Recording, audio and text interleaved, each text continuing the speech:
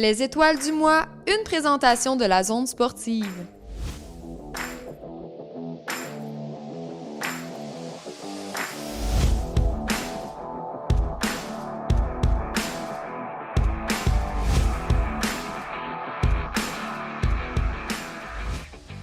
Le 27 mars dernier, Jessie Maud Drapeau et ses coéquipières des Stingers de Concordia ont remporté le championnat universitaire canadien de hockey féminin qui se déroulait à l'île du Prince-Édouard. L'équipe qui a remporté le championnat provincial plus tôt dans le mois a connu un parcours parfait. La joueuse de hockey de Rivière-du-Loup a aussi été un élément clé de la formation, notamment pendant les séries au Québec. C'est vraiment... ça a été vraiment un beau moment, surtout qu'après 2 ans de pandémie, de ne pas avoir pu pratiquer notre sport, c'était pas facile. Puis surtout que, avant Noël, ils ont tout fermé, on n'a pas joué. On a raté la moitié de nos matchs de la saison après Noël. On a recommencé, mi-février, on a joué juste 3 matchs de saison, on a embarqué dans les séries, puis on est allé là-bas. Fait que ça a été vraiment le fun de pouvoir finir comme ça. Puis surtout après tout ce qu'on a vécu dans les 2 dernières années, si j'aurais beaucoup demandé, mettons, comme fin de saison. Universitaire pour le hockey féminin, c'est vraiment le plus haut niveau que tu peux assurer présentement vu qu'il n'y a pas de ligue professionnelle. Fait que c'est vraiment le fun de pouvoir remporter les championnats provinciaux dans notre ligue, mais remporter ça au niveau national, c'est la cerise sur le sundae. C'est genre le plus gros trophée qu'on peut remporter. Fait que c'est sûr de remporter ça, surtout si à ma première année dans la Ligue universitaire, c'est vraiment... J'ai juste hâte au prochain moment puis à les prochaines saisons. Je suis vraiment excitée de voir aussi qu'est-ce qu'on peut accomplir aussi. En revenant de Noël, on a gagné nos 3 matchs de saison qui restaient. On a gagné nos 2 séries en 2 matchs. Puis on a regagné nos 3 games là-bas à l'île du Prince-Édouard. Fait que je pense qu'on a 13 victoires, 0 défaites, puis on a vraiment été dominante. On avait vraiment une bonne équipe aussi. Au début de l'année, c'était plus difficile, mais on savait qu'on avait l'équipe pour. Mais on était tous dans la même direction, puis surtout d'avoir pas pu jouer après Noël, on était encore plus excités de revenir. Puis c'est ça je pense que c'est ça qui nous a ralliés, puis qui a fait qu'on avait tous le même objectif. J'ai commencé en fait en faisant du patinage artistique, puis là mon frère avait commencé à jouer au hockey, puis j'allais voir à ses pratiques, puis là j'avais dit à mes parents j'aimerais peut-être essayer moi aussi. Là j'ai commencé à 6 ans le hockey au Kamouraska dans le fond avec les gars dans la petite ligue de la région, puis là j'ai joué je pense 6 années avec les gars. Après ça, à ma première année Bantam, j'étais allée avec les Cyclones du Bas-Saint-Laurent. Ça, c'est l'équipe féminine qui est située au Bas-Saint-Laurent. Puis toutes les filles qui viennent de cette région-là jouent ensemble. Puis j'ai joué là pour eux pendant 3 ans. Ensuite, à mon secondaire 5, je suis partie à Drummondville pour jouer dans un sport-études féminin. Fait que dans le fond, là, je pratiquais à chaque jour. Puis je pratiquais avec les filles avec qui je jouais à la fin de semaine. Ensuite, quand j'ai fini mon 5e secondaire, je suis allée à Montréal, au cégep André Laurando. J'ai joué 3 ans là-bas, collégial. Puis après ça, l'année passée, j'étais à l'université avec Concordia, mais avec la pandémie, on n'a pas pu jouer. Fait que c'est pour ça que cette année, c'est ma première année. Mais 2e année, mais première année techniquement. Non, ça a été des belles années. Puis là, je suis dans le meilleur de ma carrière. C'est fun de pouvoir jouer contre les meilleurs, mais aussi avec les meilleurs. Fait que c'est trippant. Je sais pas trop, il y a des invitations des équipes nationales. Je sais pas qu'est-ce qui va arriver. Avec la pandémie, ça a comme tout décalé nos années d'admissibilité. Fait que je sais pas trop qu'est-ce qui va se passer, mais c'est sûr que ce serait mon objectif dans les prochaines années. Mais sinon, peut-être après la carrière universitaire, il y aura peut-être une ligue professionnelle qui va être implantée et que je pourrais peut-être faire partie de ça. Mais c'est ça mes objectifs à court et long terme. Plus tôt dans le mois de mars, Sébastien Côté est devenu la première personne à obtenir une ceinture noire en jiu-jitsu brésilien au Bas-Saint-Laurent, mais également parmi peu de gens au Québec. Cette reconnaissance souligne plus de 5000 heures de discipline effectuées par le Loup-Rivois sur une période de plus de 10 ans. Qu'on est super excité, super fiers en même temps d'avoir réalisé quelque chose, comme tu as dit, que personne n'a jamais réalisé dans l'Est du Québec. Bon, on voit ça surtout dans les grandes villes. C'est un sport qui est plus populaire dans les grandes villes, évidemment. À Montréal, bon, évidemment, il y a déjà plein de ceintures noires. Ça commence à se répandre super vite. Mais ici, dans l'Est du Québec, bien aussi à cause qu'il n'y a pas beaucoup d'écoles pour pratiquer. Donc, c'est pour ça que c'est super rare, finalement. C'est un sport qui est vraiment en développement, si on peut dire, ici à Pointe. Un instructeur de longue date, une personne que je connais depuis plus de 10 ans, c'est lui qui m'a donné toutes mes autres ceintures dans le passé, donc il est vraiment au courant de mon cheminement, tout ça, de qu'est-ce que j'ai réussi à construire ici à Rivière-du-Loup. Puis ça a été vraiment une surprise, Pourquoi une surprise? C'est ça qu'il m'a dit quand il me l'a donné. Il dit, toutes les autres fois, j'ai l'impression que tu te l'attendais un petit peu. Là, c'était la dernière ceinture. Je voulais vraiment prendre par surprise. Donc, c'était pas quand même comme une cérémonie officielle. C'était lors d'une visite à Campbellton, au Nouveau-Brunswick, à l'Est-Gauche, plus précisément. Donc, la réserve, là, il y a un club affilié. Là, on avait été invité à donner un cours, finalement, un séminaire, le temps d'une soirée. Puis c'est là qu'il m'a eu par surprise, là, pendant que je suis en train de démontrer une technique qui était en arrière de moi, une méthode un petit peu particulière, de décerner une ceinture noire. Mais c'est comme ça que ça se fait de son côté, c'est comme ça que ça se fait dans sa lignée. Donc, en vrai, je devais m'attendre que ça allait arriver comme ça, mais je ne savais pas du tout à quel moment. Comme dans tous les autres arts martiaux, finalement, oui, la ceinture noire, c'est la dernière. Qu'est-ce qu'il y a par la suite? C'est que ce qu'on appelle les degrés sur la ceinture noire. Donc, c'est le pratiquer. Fait qu'on continue de pratiquer. On a accès à ces autres avancements-là. Ce qui est le fun à la ceinture noire, c'est que là, maintenant, ça nous donne la possibilité de décerner toutes les ceintures avant. Donc, je me rappelle, moi, quand j'avais pas les autres années auparavant, mais il fallait que mon instructeur vienne ici à Rivière-du-Loup pour confirmer les avancements que je voulais donner à mes étudiants, confirmer les ceintures, finalement, les promotions. Là, en étant ceinture noire, on a un peu la liberté de faire ce qu'on veut, on peut donner des promotions, finalement, quand on nous sent. Ça, c'est pas possible. Ça, moi, j'ai commencé avec le jiu-jitsu brésilien, le kimono, en 2011. Donc, oui, en 2022, ça fait 11 ans exactement. J'ai commencé l'académie ici à Rivière-du-Loup en 2015. Donc, c'est depuis 2015 un petit peu qu'on entend parler du jiu-jitsu brésilien à Rivière-du-Loup. Puis, je me sens super content et super choyé d'avoir des étudiants qui sont encore avec nous depuis 2015, donc des gens de longue date qui nous suivent.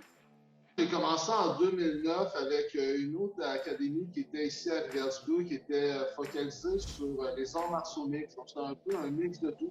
J'ai commencé avec ça, je cherchais de nouveaux défis tout simplement, je cherchais à m'entraîner, à bouger. J'ai commencé avec cette école-là, les arts martiaux mixtes à Rivière-du-Loup. Puis, c'est à force de pratiquer, comme je dis, en 2011, j'ai décidé de me concentrer plus sur l'aspect jiu-jitsu, l'aspect grappling.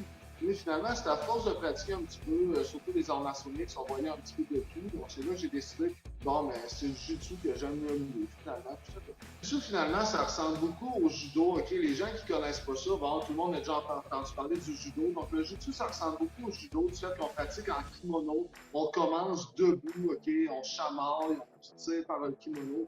Finalement, qu'est-ce qui différencie le jiu-jitsu brésilien du judo? C'est que en plus de l'amener au sol, c'est qu'on continue le travail au sol. Le judo, c'est un peu focalisé sur amener au sol, la projection au sol. Le jiu-jitsu brésilien, on complète avec beaucoup de travail au sol, beaucoup de manières de contrôler rendu au sol, beaucoup de manières de s'en sortir, évidemment, ça va de soi. Mais on focalise aussi sur les techniques de soumission, tout ce qui est des étranglements, par exemple. Ça sert à faire peur. On pratique ça dans un environnement super sécuritaire. Tout le monde sait qu'est-ce qu'il fait. Donc, tout le monde ressent un certain plaisir, finalement, à apprendre ça. Puis, même affaire pour toutes les clés d'articulation. On peut parler le coude, l'épaule, le poignet, le genou, la cheville. Donc, on travaille toutes ces articulations-là.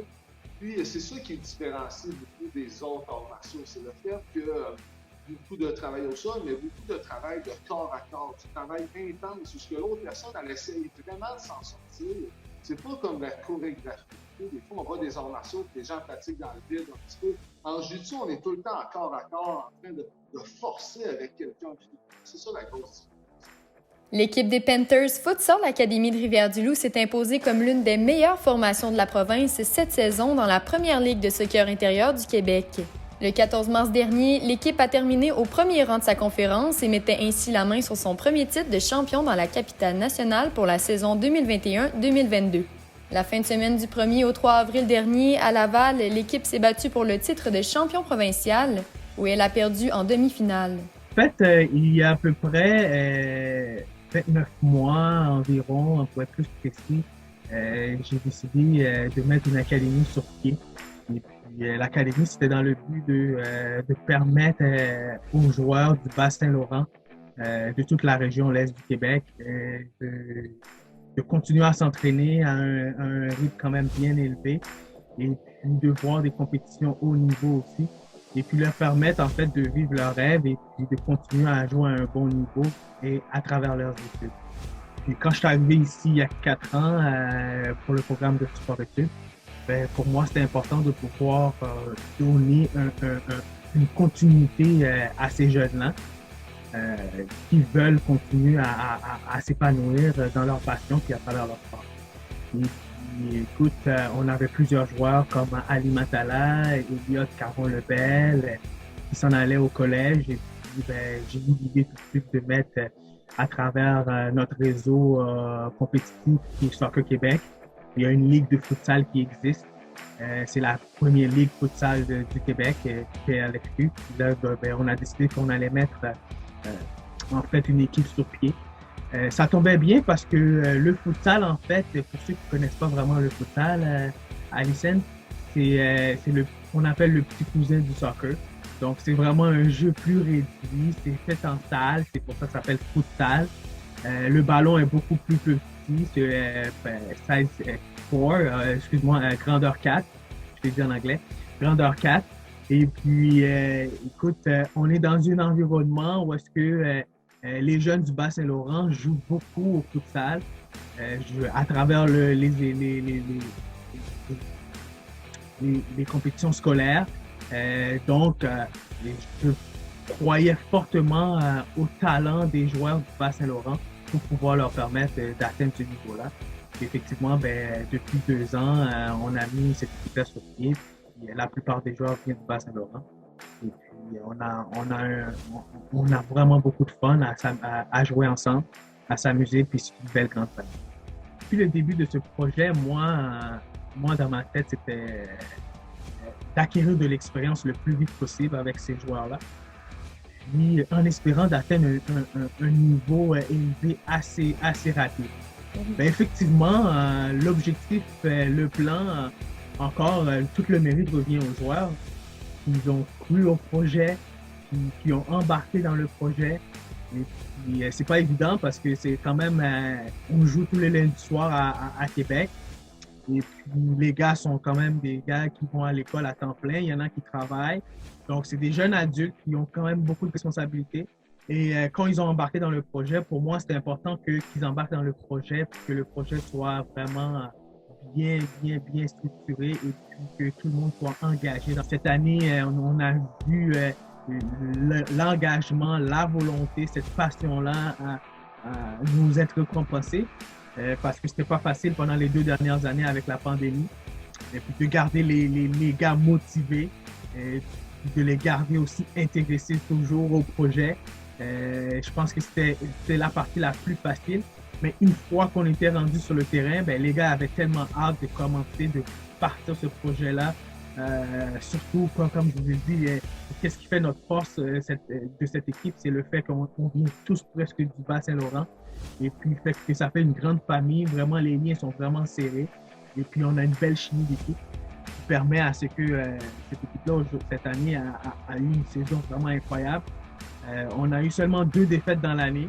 Une défaite durant la saison dans la conférence. Et puis malheureusement, en demi-finale, on a perdu contre l'équipe championne qui est aujourd'hui l'équipe championne canadienne. Fait qu'on croit qu'on est vraiment parmi la cour des grands aujourd'hui parce qu'on a perdu contre les champions. Puis on considère qu'on est parmi les meilleurs aussi. Et puis c'était une belle expérience pour les jeunes. Pour les gars. Et puis, ils sont encore plus motivés pour l'année prochaine pour revenir et puis défendre le titre. Tant à revenir premier du championnat. Et puis, la défaite en demi-finale, c'était une défaite qui nous a fait vraiment mal. Et puis, je pense que les gars, ils l'ont encore le goût dans la bouche. Et puis, ils ont le goût de revenir. Puis, ça les motive à revenir encore plus fort et puis qu'on démontre vraiment la qualité du futsal dans le Bas-Saint-Laurent et puis la qualité des joueurs aussi du Bas-Saint-Laurent. Et puis, comme je dis fortement, je crois qu'il y a beaucoup de talent et puis il faut permettre à ce que ce talent-là soit exposé puis être visible aussi. Les étoiles du mois vous sont présentées par la Zone sportive et Info Dimanche.